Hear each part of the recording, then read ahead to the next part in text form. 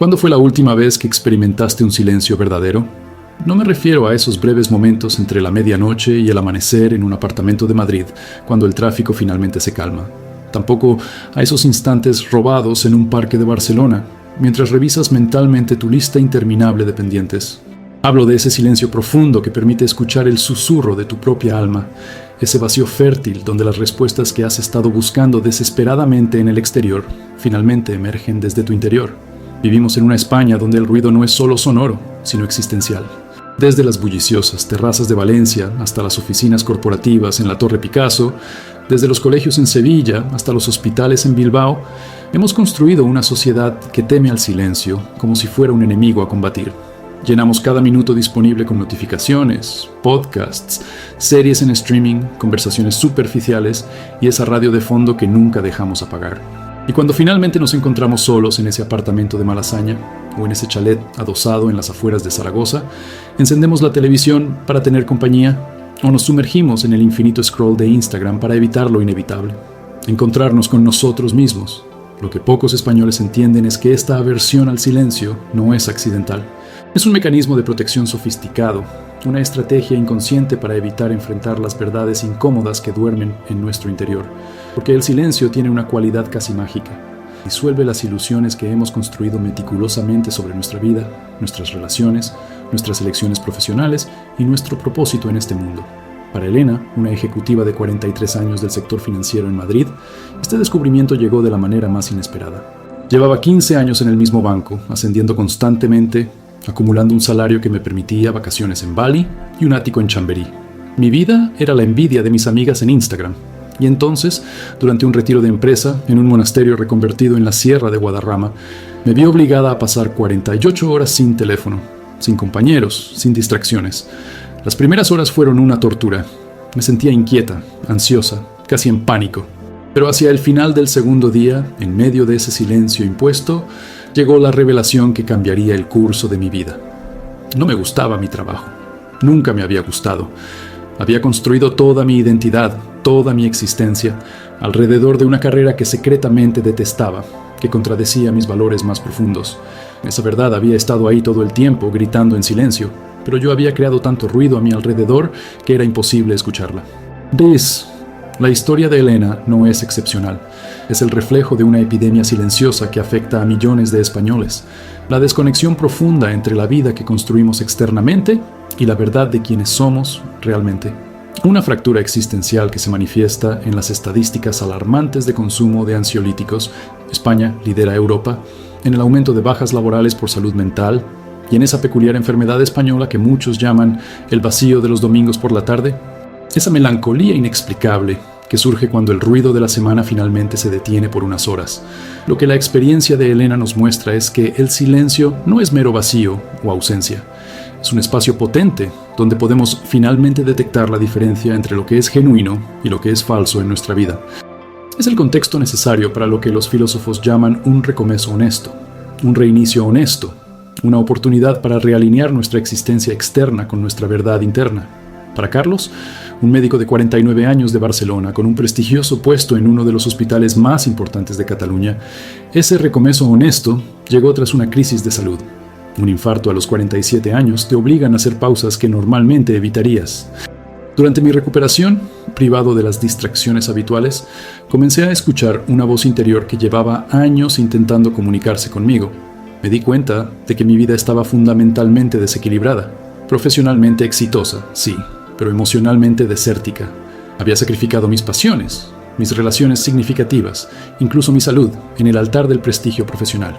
Necesitaba un recomienzo, pero no el tipo de reinicio superficial que nuestra cultura promueve constantemente, un nuevo corte de pelo, unas vacaciones en Menorca, una renovación del apartamento, sino algo mucho más profundo, una reevaluación honesta de lo que realmente importa.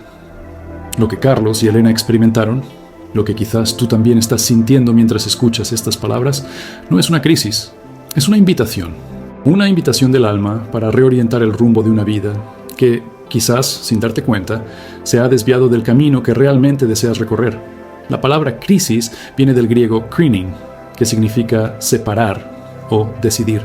Nuestros antepasados mediterráneos entendían que los momentos de aparente colapso son en realidad oportunidades para discernir, para separar lo esencial de lo accesorio, lo auténtico de lo postizo. En la España actual, saturada de ruido e hiperconectividad, hemos perdido esta sabiduría ancestral. Tratamos nuestros momentos de crisis como enemigos a combatir en lugar de mensajeros a escuchar. Pero, ¿qué sucede cuando finalmente nos atrevemos a abrazar el silencio? Cuando permitimos que ese recomezo honesto comience a manifestarse en nuestra vida. Para Marta, una profesora de 35 años de Valencia, que había construido su identidad alrededor del perpetuo activismo y el estar siempre ocupada, la transformación comenzó con un simple desafío: pasar 1 hora diaria, durante 21 días consecutivos, en silencio completo, sin teléfono, sin libros, sin música, sin diario, sin meditación guiada, nada más que ella y el silencio. Los primeros días fueron una tortura, me confesó. Mi mente saltaba como un mono enloquecido de pensamiento en pensamiento, de preocupación en preocupación. Me sentía inquieta, ansiosa, casi desesperada por alguna forma de distracción. Pero alrededor del 7º día, algo cambió. El silencio dejó de ser un vacío a temer y se convirtió en una presencia a saborear. Comencé a notar pensamientos y emociones que normalmente ignoraba, recuerdos significativos que había enterrado bajo capas de ocupación, intuiciones sobre cambios necesarios en mi vida que había estado evitando.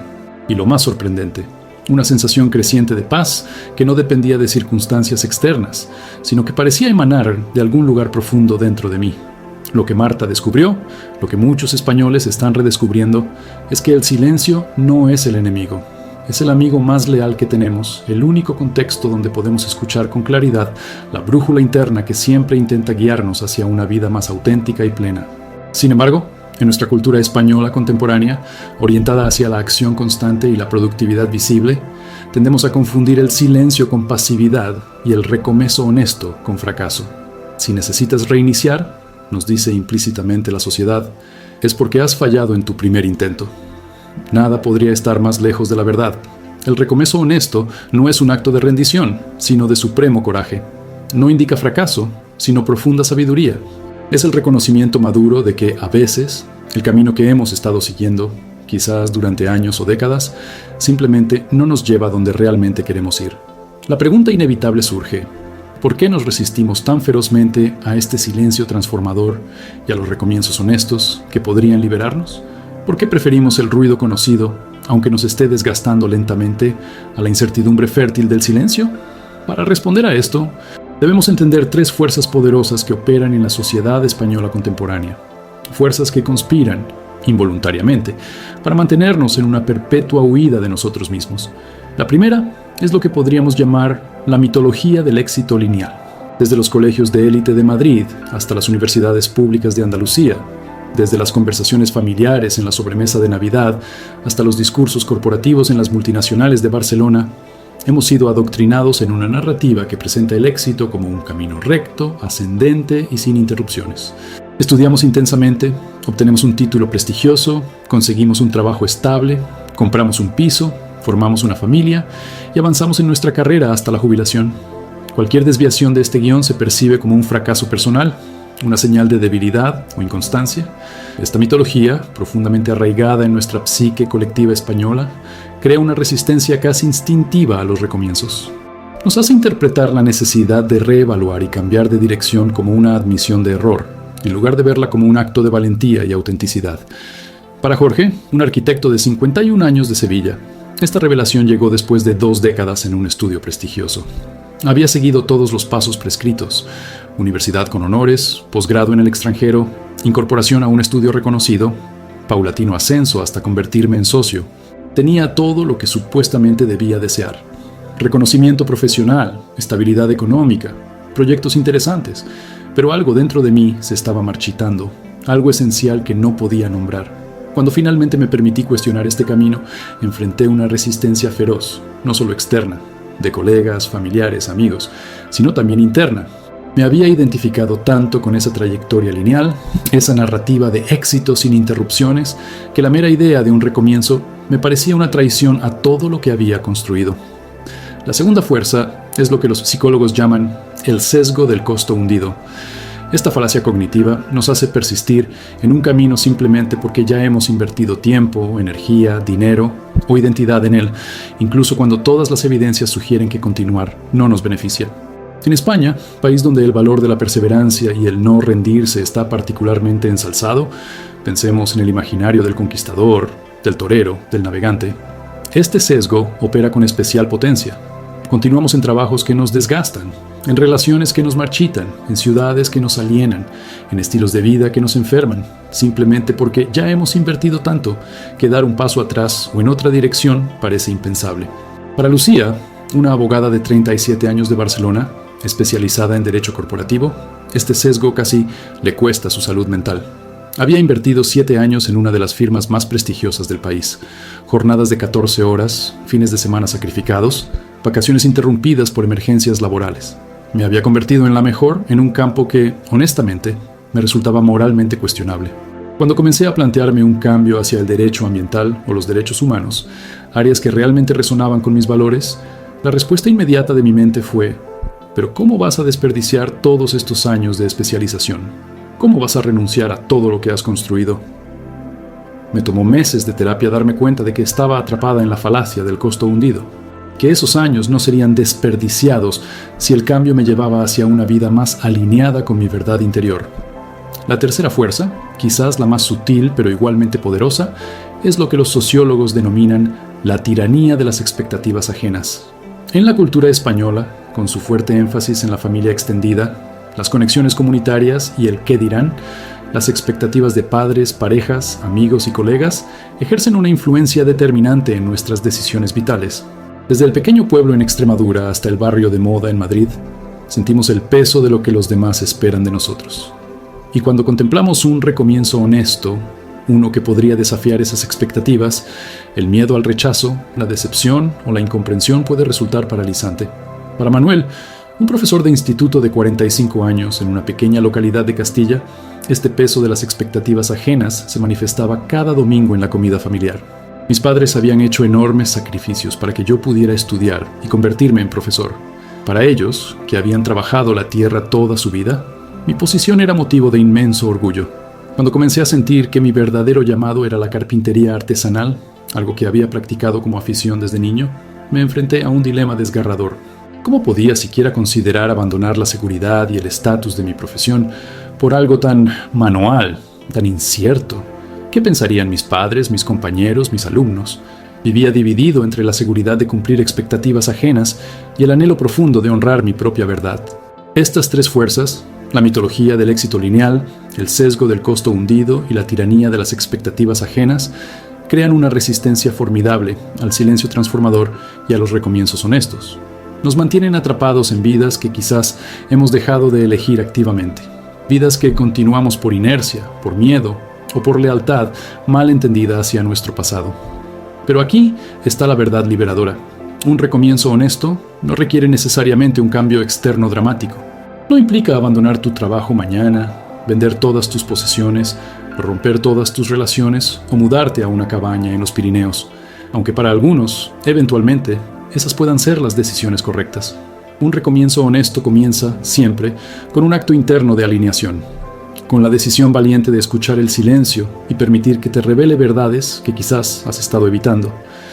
Para Teresa, una médica de 52 años de Valencia, este recomienzo tomó una forma inesperada. Llevaba décadas en el sistema público de salud, sintiéndome cada vez más desgastada por la burocracia, las listas de espera interminables, la imposibilidad de dedicar a cada paciente el tiempo que realmente necesitaba. Estaba considerando abandonar la medicina por completo cuando, en un retiro de fin de semana dedicado al silencio y la reflexión, me di cuenta de que lo que realmente quería abandonar no era la medicina en sí, sino la forma en que la estaba practicando. No necesitaba un cambio de profesión, sino un cambio de contexto y enfoque dentro de mi profesión. Reduje mi jornada en el hospital, abrí una pequeña consulta donde podía atender a pacientes con el tiempo y la atención que merecían, y comencé a incorporar enfoques más integrales a mi práctica médica. El resultado fue una renovación completa de mi pasión por la medicina y un equilibrio que no creía posible. La historia de Teresa ilustra algo fundamental. El recomienzo honesto no es tanto sobre cambiar radicalmente tu vida externa, sino sobre realinear esa vida con lo que realmente importa para ti. A veces, esto implicará grandes cambios visibles. Otras veces, serán ajustes sutiles pero profundos en tu enfoque, tus prioridades o tu relación interna con tus circunstancias. ¿Cómo comenzar, concretamente, este proceso de silencio transformador y recomienzo honesto? Permíteme compartir 3 prácticas específicas que han ayudado a cientos de españoles a iniciar este viaje. La primera es lo que llamo el ayuno digital semanal. Consiste en designar un periodo de 24 horas, idealmente durante el fin de semana, donde te desconectas completamente de toda tecnología digital. Sin teléfono, sin correo electrónico, sin redes sociales, sin televisión, sin radio. Solo tú. Quizás un cuaderno y un bolígrafo para capturar percepciones y el silencio. Para David, un consultor de 43 años de Madrid habituado a estar permanentemente conectado, este ayuno digital inicial fue casi traumático. Las primeras horas fueron como una abstinencia física. Comprobaba constantemente el bolsillo donde normalmente llevaba el móvil. Me sentía ansioso, inquieto, casi en pánico, pero hacia la tarde algo cambió. Comencé a notar detalles de mi entorno que normalmente ignoraba. La calidad de la luz en mi apartamento a diferentes horas, los sonidos de mi barrio, sensaciones sutiles en mi cuerpo. Y lo más sorprendente, comenzaron a emerger pensamientos y preguntas que normalmente ahogaba con la distracción constante. ¿Realmente disfrutaba mi trabajo o solo me gustaba el estatus y la seguridad que me proporcionaba?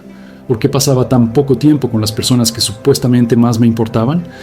¿Qué pasiones de juventud había abandonado y por qué? Este silencio digital obligado se convirtió en un espacio donde mi verdad interior finalmente podía hacerse oír. La segunda práctica es lo que denomino la hora del propósito.